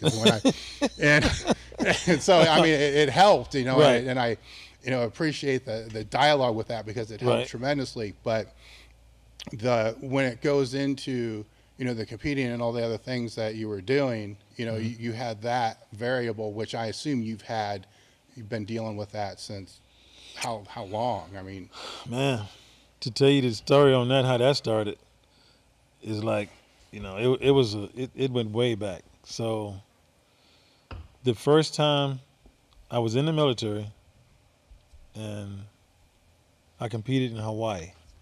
That's how long the first time I went out of rhythm. So That was in Hawaii? I was in Hawaii. So you travel over to do the meet, and that's when you go out. Yeah. Yep. Go out of rhythm. I squatted 968. Out of rhythm? No, I think it was after the meet. Okay. When I felt bad. When I got on the airplane, when I felt like, whoa, something ain't right. Like, I don't feel like shit, you know. But before that, leading up to that meet, so I had this coach that, like, was at All Army. I went to the All Army camp. And that particular year, I wasn't supposed to lift in the Armed Forces Championships. Oh, so I had to understand it with my coach I wasn't, because we had, you know, enough on the team. I was going to go help him coach, which I must have misunderstood him, whatever the case may be. But he's probably thinking, why the fuck would we bring you here to, like, because I thought I was going to help the coach. So I get there to the Armed Forces Championships. I'm 237. And there's another guy on the team who's 242. He's like probably the same weight, but he's not as good as me. He's not Jim Bornhart. He's good though. He was a good lifter. So my coach told me, he said, I need you to go to 220. You ready, right? I go, no, I didn't think I was lifting. I was like, I'm going to Hawaii in 2 weeks to lift in the record breakers. I thought I told you that. We talked. The guy, I don't know anything about that. I don't know what you're talking about. So this is the day. This is weigh-in is the next morning. This is like probably like 3 o'clock in the afternoon. I mean, I wasn't professionally cutting no weight. I dropped 17 pounds in one night, taking, going in and out of the sauna, taking Lasix, going in and out, just fucking doing this stupid shit. And I about died. Mm-hmm. I felt like I was dying. So I may have went out of rhythm then and didn't know I was out of rhythm. Mm-hmm. So it could have been then. Because after that, I made weight. I did well. Won the meet. We won the team championship. Did great. Like 2 weeks later, I'm headed to Hawaii. That's when I go to Hawaii. And I go over there and I go 242. And I think I didn't feel right the whole time. But it didn't feel as bad until after the competition. Then I decided to like drink a bunch of alcohol and like party and do whatever and get back on the plane and try to come home. And I feel like I'm like, my heart's like racing like 100 miles per hour, like, whatever, how fast it goes, almost 200 beats per minute. And I get home, and I go to the hospital, and I go to this military hospital, and they're like, what are you doing? Your heart's like, you're crazy. Why did you like, I told them what I did before. So they got me back in rhythm. I left there, make a long story short, and I was fine. But that was the first time I went out of rhythm. But then it kept making it easier for me to go out of rhythm. That one time when I went out of rhythm, it seemed like within the next year or something, I went out of rhythm again. And I kept going out. And it used to be with medicine. They would give me medicine to put me back in. And then they got to where the medicine didn't work. So they had to shock me to go back in rhythm. Mm-hmm. Yeah. So I would say about, it's probably 15 at least 15 times. How are you able to mitigate that? Say you're training for a meet, right? Say 4 weeks, boom, it goes out. So it's, how are you able to get in to be cardioverted fast, right? Because sometimes it's a month, 2 weeks, or and avoid it in the first place, or try to avoid it in the first place. As I remember, it never really happened. Maybe like once when I was training for a competition. It's usually when I was doing unhealthy shit, like like drinking something, or just fucking my diet is like really fucked up, and drinking alcohol, eating something bad. So it probably helped you because you had to dial shit in for the meet because you didn't want to go out. Right. So you weren't going to risk it Exactly. So I always did well. I never had much problems then. till the meet was over. Right. Then I'd fuck up. Yeah. You have that, they call weekend warrior, at heart, to where your heart goes out of the rhythm. It's a known thing. Yeah. It happened to people. That even not lifters, that people go out of rhythm when they go out drinking and stuff. Mm-hmm. That should be a thing. But, and like I said, I think I told you, it would happen over the years. I mean, it was a lot of years, so Mm-hmm. it was definitely over, 20 years. But it Mm-hmm. would just keep, go in and out. And then I talked to, eventually talked to Gus Rutheridge because he had the same problem. He had a problem with it. And he told me, gave me some advice about it. But yeah, it happened a lot. Mm-hmm. You want to hear the story of the one No, time? that's the best one. Yeah. Okay, the best story. No, let me ask you why you don't like doctors. Or why I don't like doctors, or why, because I trusted doctors. You're always supposed to trust doctors and trust people. That supposed to be in a higher position and say that, they do that shit. Man, fuck that. So this one time, I go out of rhythm. It's the weekend. I think it's a Saturday or something like that. And my cardiologist told me, if you ever go out of rhythm, come straight to the emergency room and just tell them, so and so, and they'll know, to convert you, put you back in rhythm. Because if you go out, you need within 48 hours. I think it was 48 hours. We need to get you back in rhythm. Yeah. Or you'll have to be back then. You have to be put on, blood thinner for the next 30 days, whatever, for maybe longer than that, for so many amount of weeks and days before we can even bring you back in to even convert you. So either when you go out, as soon as you go out, you go out, go get put back in right away.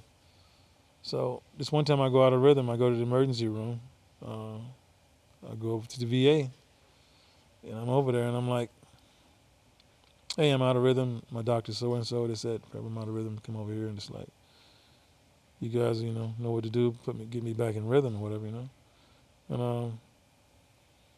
they're like, okay, cool. And they took me back, got me all ready, slapped the pad on my chest here, slapped them on the back. And before, I always went out of rhythm. When you go out of rhythm, for them to put you back in rhythm, it's already scary as shit. You go get shocked, So they would give you something to twilight you, to like sedate you a little bit. You're not totally knocked out, but just to twilight you. And to me, it was enough because sometimes you just like go to sleep, Yeah. You'd go to sleep. So this one time, I'm at the emergency room. I get all set up and they're ready to go, pads on, everything. And the doctor goes, they were ready to do it. And I noticed nurse hadn't really gave me anything for, I don't remember if I had an IV or not. I don't think they'd given me an IV. I don't even think I had an IV set up. You're supposed to set up an IV. Yeah. Yep. Your shit's supposed to be. I don't think I had. I'm pretty sure I didn't have an IV set up. And he said, "Okay, well, we're getting ready to start. It's getting close to time. Be out 5 more minutes. We'll go do it. Come back in. All right, come back in." And I'm like, "Okay, cool." I'm like, "You go. We're about ready." I go, "Whoa!" You go like give me a little bit of something to like, twilight me, to sedate me, whatever. You go, "Oh no, you'll be fine. Just lay back. You'll be good. Just lay back. You're good." I'm like.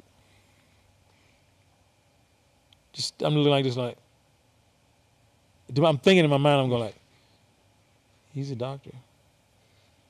He's a professional. Supposed to know what he's doing. These are all the thoughts going through my mind. I'm like, when you go through something in life to where professional people can make you look stupid. People who should know what they're doing. And I'm like, I'm not stupid. I'm like, I know I'm supposed to be. I'm like, he got to know what he's doing, though. I'm like, he said, you'll be fine. I go, I'm like, I know I go feel something. I've had this done before. But I'm going to trust him. Yeah. So the next 5 minutes, the next minute, or the next few seconds after they get, it's probably the worst time of my life. This motherfucker shocked me with no sedation, no nothing. That was the worst pain I ever felt in my life. And you know, we talked about how you sometimes you get up off the table or whatever Oh, yeah. when they shock you. Shit, I know I could feel my body like, No, yeah. that And you're like everything like goes all kind of wicked ways, and that was the worst feeling in my life, and I was so mad. well, if it helps in any way, which I doubt, Mm-hmm. I knew damn well when I went in the first time, Mm-hmm. my ass needed to be sedated because you telling me that story. Because Right. I'm like, fuck that. You know, because I'm looking this shit up online, which you Right. didn't have the Right. option. Nope. Like this is like the paddle shit. Yep. I'm like, fuck that. Yeah. No way. And so Yeah. I'm in there and I'm like, no, listen, my ass needs to be out. You know, Right. and it was. So They tell you you're gonna be out. yeah. And then it was fine. You know, I go home, I'm feeling like $1 million. Man, afterwards. this fucking jerk. Man, I still think about that.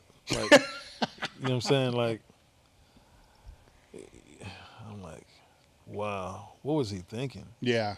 Why did he do that to me? I'm Yeah. like, that was the worst. Yes. I've had a lot of shit happen in life, but that's probably the worst. You don't ever want to be like, be electrocuted. That's basically Yeah. what's happening. Yeah, you're getting electrocuted Yeah. like, and through your fucking chest, and it's one here and one on my back. So what do? You put one here and then one on the back. And usually they do like, some of them stagger it, just depending on who's doing it or whatever. They put different ways, whatever, different shit. And they always kind of confuse me sometimes. But I'm like, why can't y'all guys ever be consistent? Which one of you motherfuckers go kill me one day? You know what I'm saying? Because you're not, the other guy don't do it the same way. So it makes you wonder. But that shit, like, I felt it sandwich me. Just fucking like it pulling my heart apart. Unbelievable, man. Unbelievable. The Stupid. powerlifting can be a whack sport with a lot of characters, right? So Right. you've been in it a long time. So without mentioning any names, right? Because the stories there's awesome stories. Oh, I'm not supposed to mention name. I'm sorry. You can mention names if you want, but Okay, it's just right. what's some of the funniest, most fucked up shit that you've seen either at meets or in the gym. Just things the stories that kind of pop up. It was a guy in the military. I don't know. I thought this was pretty funny, pretty crazy. His name. You ever heard of Doug Borden? Mm-mm. Doug Borden. I think he was in the Air Force, and they would call him the Board Man because he would take a 2x4 and he would hit himself in the head, like before he lifted. Like a board press board. Yeah, like fucking hit like serious, like. But this is before really board presses were. Yeah. Big time. And I'm like, what the hell is he doing? That was pretty stupid. Pretty funny. You mean other things as far as in stuff like that or something? That kind of shit, or things that would happen in Hawaii, the record breakers. I can't remember who was telling me, if it was you or Steve or somebody was throwing, or Ed, somebody was throwing shit out of their balcony. Oh wow. I know it's some shit that I remember. I have shit I forget. There's been so much shit I can't remember all the shit that happened. It was some wild shit. I'm trying to think what happened. I can't think of it right off the top of my head. I had something I remember earlier I was going to tell. I couldn't think about it.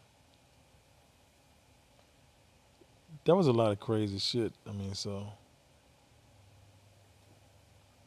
I don't remember. I'm trying to think. With Gus, it was always something in Hawaii. The way Gus ran meets. I may have to come back to that one. I know something will pop in my head. I'm bad about that. What do you remember being your?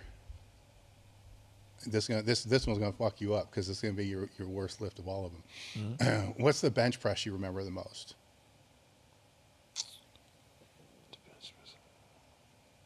Like I said, it's gonna mess you up. You mean my best bench press, or just worse, or just either? Either way. Either way. The best bench press I remember would probably be when I finally hit 600. And that was at one of the WPO meets. I think I did it. I wasn't 242. I was weighing like 240. I just went 250 or something. That was the one I remember. That's that. How did you feel after that? I felt great, but I felt like I had more in me. That shirt shit with my long arms just like was like a nightmare. What did you do training wise for that one that might have been a little bit different, or just the shirt happened to? It happened to pick click. it right. Yeah. It happened to click because I did more in training on other times. Yeah. You know how that shirt thing was. It was for a lot of people it was hit or miss, and it never really got dialed in really good. See, that's when I could have used a. Those are times when I could have used a good coach. Mm-hmm. You know, somebody to dial me in. That's one thing I never really got dialed in perfectly. Mm-hmm. Never. Because I mean, I've taken weight. I remember taking weight in the gym, like 650, 675 to a one board, all this stuff, like many times. And it just never came to, never could get it thing to come right and meet. The body weight would change, then the shirt would feel different, and it would either be tighter or too loose, one or the other. You know how that shit works, yeah. So it was a big thing. What about your best training deadlift straps? Well, training wise, I did. Well, I won't count this as a training. It was an exhibition. Mm-hmm. It was at a bodybuilding show. I think it was at a show by the bodybuilder's name was Ed and Betty Pariso. They put on the show in Texas, and they asked me to do an exhibition deadlift. No, it wasn't that one. That one I did 900 for 3 with straps. Mm-hmm. Did 900 for 3 there. At another deadlift, another powerlifting meet, I was at the exhibition. I pulled 953 with straps. That was my best before then. And that was before I knew what the hook grip was. I never even used the hook grip. And then Travis Mash taught me the hook grip probably like 4 or 5 years later.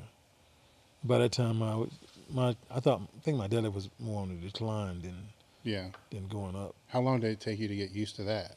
Hook grip? Yeah. Like 6 months. Yeah. Yeah. That shit hurt. No shit about that. Yeah, it still hurt. It still hurt now if I did it. Yeah. But it was a game changer for me. Mm-hmm. That was the reason I could be competitive in the WPO. I changed it right at the point of my career with the WPO. Before that, I didn't do a hook grip. How so? Because you could pull more slack out of the bar? How? I had a grip problem. I couldn't hang anything over 840, 830 sometimes. It would slip out of my hand. Mm-hmm. Yeah. And so it was a grip issue. But with the hook grip, I can hang on to whatever you start with. If I can pull it, I can hang on to it. Yeah. Grip wasn't ever going to be a problem with the hook grip. It hurt, but in the meet, it don't hurt. When you pull it in the competition, you don't even feel it. Mm-hmm. You know what I'm saying? You're so amped up in adrenaline, you don't ever think about it. But in the gym, I remember the first time I tried to pull 500, 600. The first time I pulled 700, I missed it. I had to go back and I told the guy, I said, look, I got to get fired up for this one. You got to get me amped up. I got to get amped up for 700 pounds when I can do 800 from 5 to 6. You know what I'm saying? Mm-hmm. So I get amped up and I get it and I put it down like, oh shit, that shit hurt. And it was just more of that, just having to get used to it over and over and over. Mm-hmm. And once I got used to it, for meet was no problem. I would just train straps in the gym. Do singles in the gym, in the meet, and it worked great. Yeah. Being around the sport from a meet promoter to working with the lifters now, you got a really good eye on the sport, probably more so than most. Right. Where do you see it going? Granted, we all know it's always not. Let me back up. Everybody should understand there's always been issues, so they're not going to go away. No. So that stated, you know, where do you see it going, or where would you like to see it go? Where I see it going, the sport is going great. I mean, it's the sky's the limit. I mean, I think it's going to get better and better and more, competitive. Getting more people in, more competitive people at the top. A lot of great lifters, competing.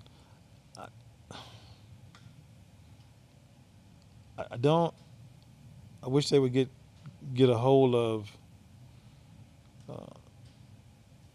finding what bar we want to use throughout, and do everything the right way. I don't want to get too deep in, talking about certain things. But I think the specs on different bars and everything, everything needs to be the same across the board to some degree. I don't know.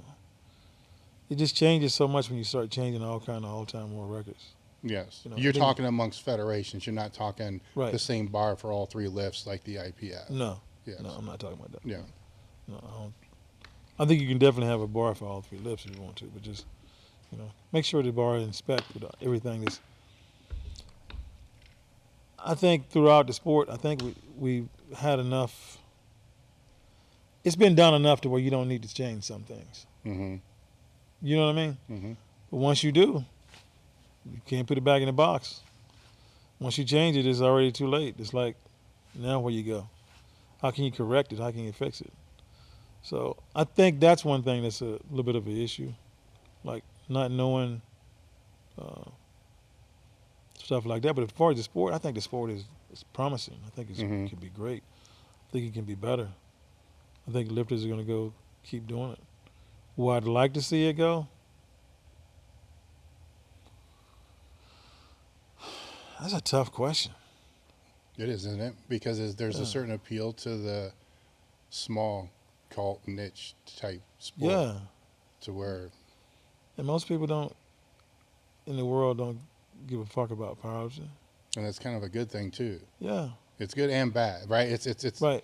I think it's tough for us to answer because we come from that different time. True.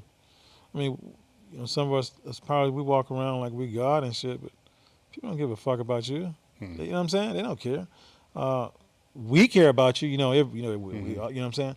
So I don't know if it's. I think the sport's promising. It has good. It can do well, but I don't know. It's almost. I keep telling people a lot of times it needs to be a big. If there was some. I mean, if somebody big, really big, and some big corporation really, really loved powerlifting, and really got behind it, and really, seen forth to make it something, then it probably would be. Mm-hmm. I just don't think there's ever anything big enough to get behind it to make it any bigger. Mm-hmm. So it never really. It just keeps fizzling. I like pro meets. Like I always tell my lifters all the time, like that shit ain't gonna last. It's gonna be a different pro meet every time. It's cool. It's good. Have a good time. Enjoy it. But it's never gonna be set up and organized to where it's gonna be the same all the time. It's always gonna be fucking different. I mean, how many times have we seen it? Throughout our whole career. I mean, go all the way back to bench bash for cash or whatever that first thing was. Whatever, it's good. Yeah. It's nice. No, it's not a bad thing, but it's not a consistent thing either. Never gonna be consistent. And it becomes. It's a whole rabbit hole we can go down. It becomes this weird ass thing because did the WPO help or hurt? Because it took the prestige away from a world title. Because why do the worlds if you can go to the WPO? But the WPO's got money, but that's where everybody that's the best is going. So shit like that is common. Right. And it's always going to be common. And people don't give a fuck about a national or world title. No. Yeah. They don't even give a fuck about whoever wins all that. No. It's I think at the root of it all, what matters the most is, the lifters in the bar. Their love of what they do. Yep. And as long as they keep, this would be my advice, is as long as they can keep that in perspective, this is about me and this bar getting stronger for this meet, doing better than I was before. Right. don't lose that perspective. It's all good. That's Yes, the reason why we do it, right? Yeah. Now you can still be competitive. Say I want to beat your ass, but Right. I got to beat me before I can beat you. Yep. So that True. priority, Yep. it needs to be there. Then all the other stuff is drama. You can turn down Right. drama. You can turn down the negative shit. Right. I think a lot of people get too caught up into that they turn down themselves. Right. Like they lose sight of what's most important, so then they don't get stronger because True. they're letting all this outside narrative impact their recovery and their love for the sport and all this other kind of shit. Yep. Where the meet directors, let them deal with the bullshit. Right. That's our job. Yeah. The lifter just deal with you, your recovery, your food, Yep. your training, and the bar. Mhm. Let the cards fall where they're going to fall, because it ain't going to change what meet you're going to do in 12 weeks. Nope. It's That's true. it's not. Exactly. That's true. So for the next 12 weeks, this is the plan. Right. And you just kind of go from there. That's true. I agree 100%. You know. That's the way it works. And I wish more lifters would see that, because we're not seeing anything new. Like what you said, everything. Right. Even the bar, everything. It's all right, come around. Yep. What's hard is when you sit there and think, okay, well, what is it going to be 8 years from now? Yeah, it should just be a standard, and we just keep the same standard with bars and shit, and just keep it going. I mean, people use that excuse. Well, golf balls change and shit. Well, golf. This ain't fucking golf. It's powerlifting. You got a standard of a bar that's worked for so many years. Just standard. Once you set a standard like that, just use the same specs and make things work. Just you know what I'm saying. At least through all federations. Yeah, that way you can. It's easy to gauge, compare people and compare records and compare stuff. Now it's like you can't even like. Well, I think that's where to get into the drama, the top loses sight of those lifters that are just training with the bar, Right. like we're talking about. Right. Because now how do they prepare? For a meet that might have one type of bar in the warm-up room and one type of bar on a deadlift platform. And they both work differently. Right. How do you fucking prepare for that? Or vice versa. It could be the other bar and this bar. True. So now they need to have access to both bars to be able to train with. That's true. And, so who's it really fucking? It's fucking the people that can't afford the bar in the first place. Yep. Now they need two. Right. So that's where you can get on that nuance, right? Where Yep. at the same point, to go back on what I just said, the lifter who's training for the meet, it ain't going to change what bar you got to train with for the next 12 weeks. Right.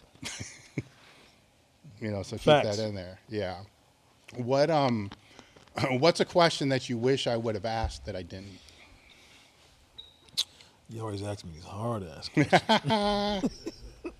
Questions you would ask.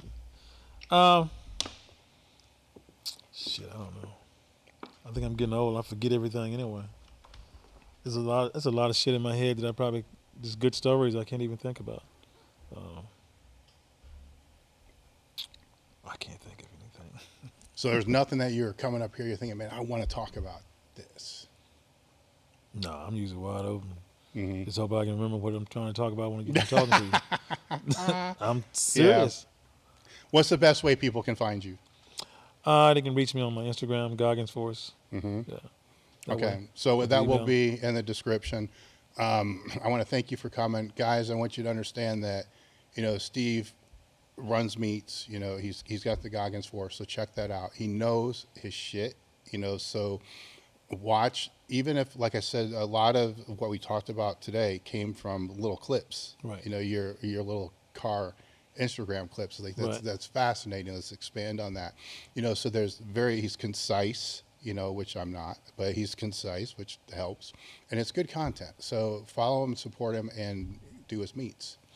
And I want to thank you for all the years of you being behind me and supporting me and my team, my group. Mm-hmm. When you didn't have to. I appreciate it. Just let you know that you've been supportive to me since day one. Mm-hmm. And I can't thank you enough. I appreciate it. No, it's been an honor. So thank you for coming out, and we're out. Thank you.